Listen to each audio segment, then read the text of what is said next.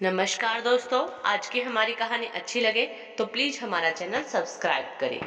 सुबह 10 बार आवाज लगाने पर भी ना उठती कभी।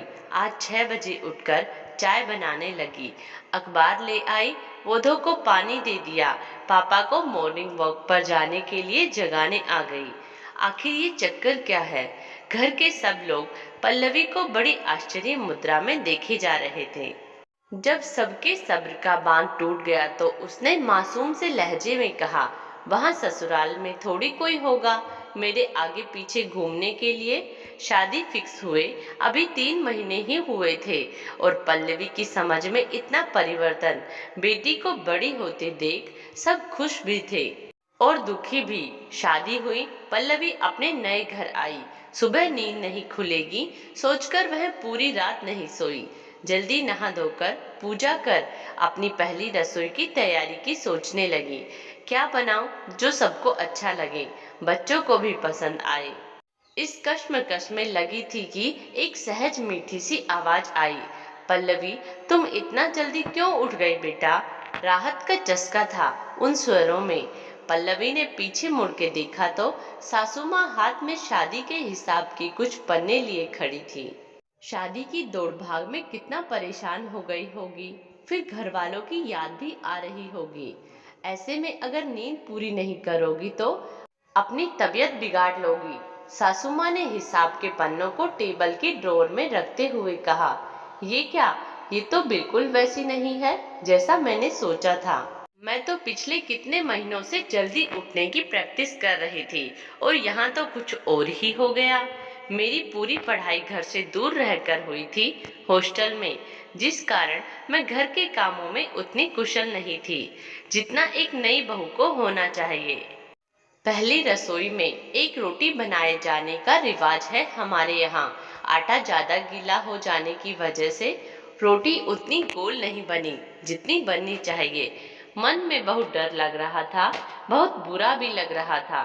मन ही मन माँ को कोस रही थी, क्यों मुझे डांट कर अच्छे से घर का काम नहीं सिखाया।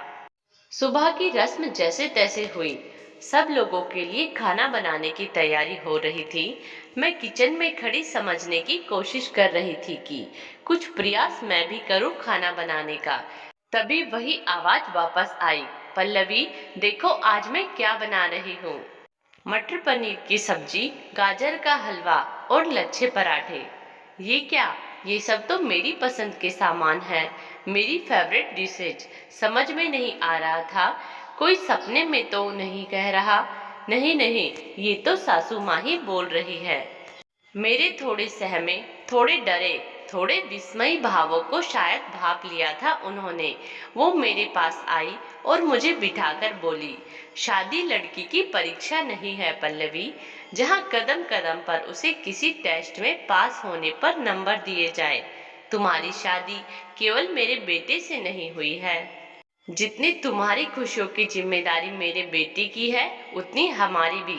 मैं तुम्हें इस घर में केवल काम करवाने, तुम्हारी खूबियों को परखने, तुम्हारी आजादी को छीनने या तुम हमारे लिए क्या क्या बलिदान कर सकती हो ये जानने के लिए नहीं लाई हूँ। मुझे तो सिर्फ एक दोस्त, एक साथी चाहिए, जो मैं कभी कमजोर पड़ जाऊं तो मुझे संभाल सके।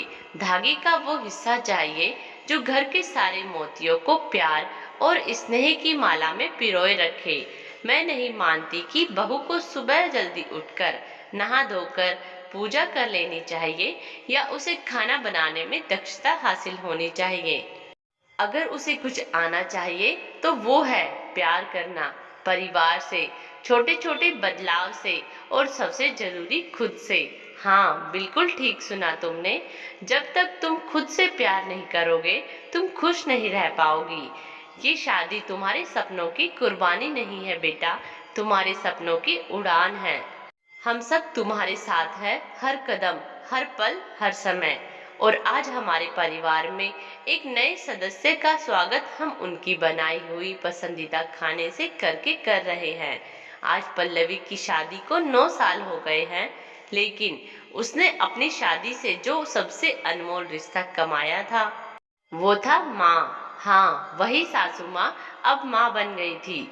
बहुत उतार चढ़ाव देखे, थे पल्लवी ने अपने जीवन में कभी मिसकैरेज, कभी पैसों की कमी, कभी पति से झगड़ा, कभी बच्चों की टेंशन, लेकिन आज भी मन से जुड़ी है वो अपनी सास से।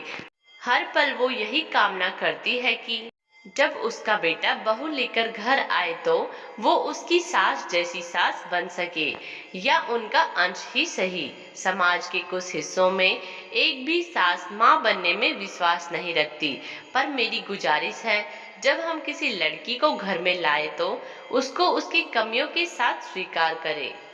अपने बच्चों को गलतियों पर डांट कर भी तो फिर से उन्हें पुचकार लेते हैं ना, वही हम उनके साथ भी करें। ये लेख उन सभी सासू माँ को समर्पित है जिन्होंने अपने प्यार, व्यवहार, सोच से मदर इन लॉ की स्टीरियोटाइप छवि को बदलने का बीड़ा उठाया और नारी का नारी को सम्मान करना सिखाया।